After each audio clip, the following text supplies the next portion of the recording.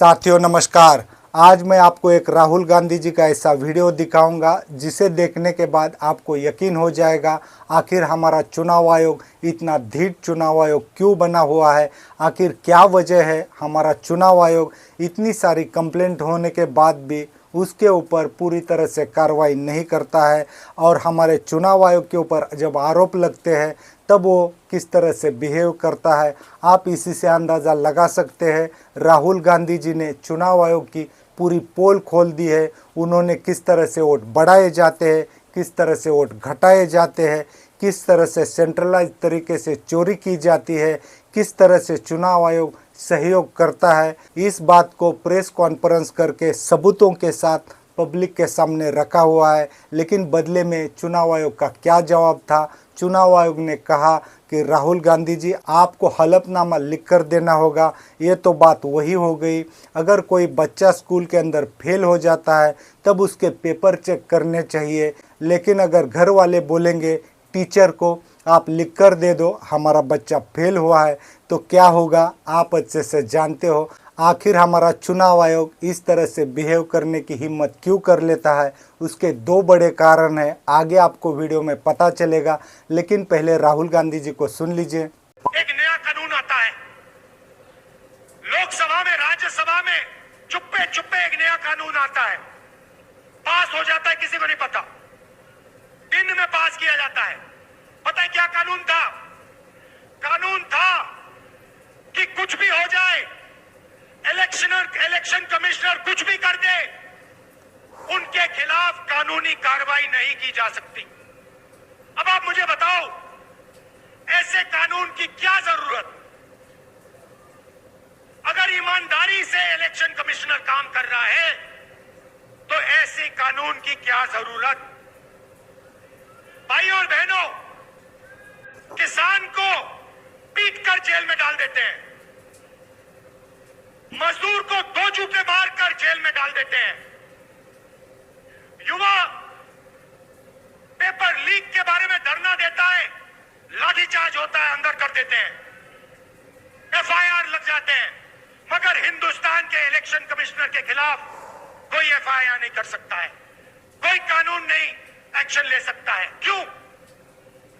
इसका एक ही कारण है, ये लोग नरेंद्र मोदी की वोट चोरी में मदद कर रहे हैं। अब राहुल गांधी जी को सुनने के बाद आप लोगों को ऐसा लगने लगा होगा क्या हमारे देश में ऐसे कानून बनते हैं?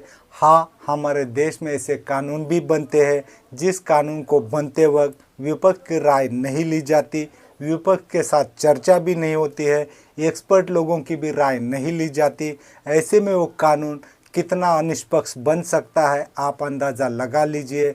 और एक कानून चुनाव आयोग को लेकर बन चुका है, उसकी चर्चा हम आगे करेंगे। लेकिन पहले इस बात को समझ लीजिए, अगर किसी एक व्यक्ति को यकीन हो जाए इस कानून के तहत मैं फंस नहीं सकता, इस कानून के तहत मेरे ऊपर कार्रवाई नहीं की जा सकती, ये कानून मेरे लिए नहीं है, तो ऐसे में वो व्यक्ति बहुत ढीठ बन जाएगा।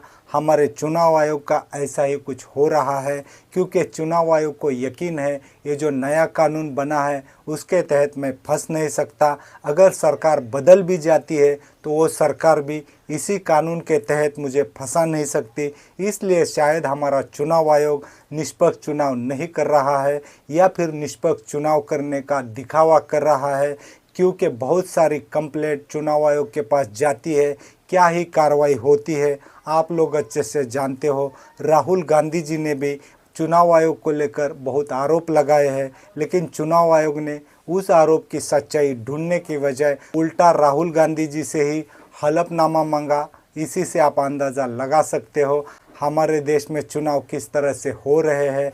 अब बात करते हैं पहले जो कानून बन चुका है उस कानून की। पहले हमारे देश में चुनाव आयोग की नियुक्ति हमारे राष्ट्रपति द्वारा की जाती थी, लेकिन बाद में सुप्रीम कोर्ट ने एक कानून बनाया जिस कानून के तहत सरकार का एक प्रतिनिधि होगा, विपक्ष का एक प्रतिनिधि होगा और सुप्रीम कोर्ट का एक प्रतिनिधि होगा। इससे हम उम्मीद कर सकते थे चुनाव निष्पक्ष होगा और हमारा जो चुनाव आयुक्त बनेगा वो देश के लिए काम करेगा। लेकिन सरकार ने एक कानून बनाकर सुप्रीम कोर्ट के उस फैसले को पलट दिया और कानून अब ऐसा बन चुका है, सरकार के 2 प्रतिनिधि और विपक्ष का 1 प्रतिनिधि। ऐसे में हमेशा सरकार की जीत होगी, क्योंकि सरकार के पास 2 वोट होंगे और विपक्ष के पास 1 वोट होगा।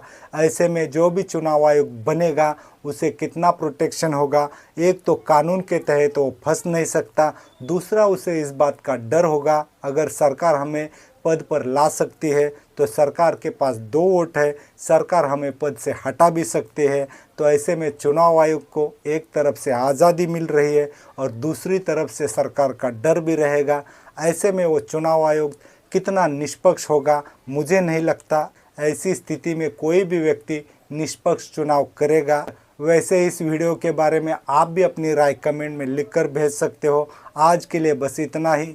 नमस्कार।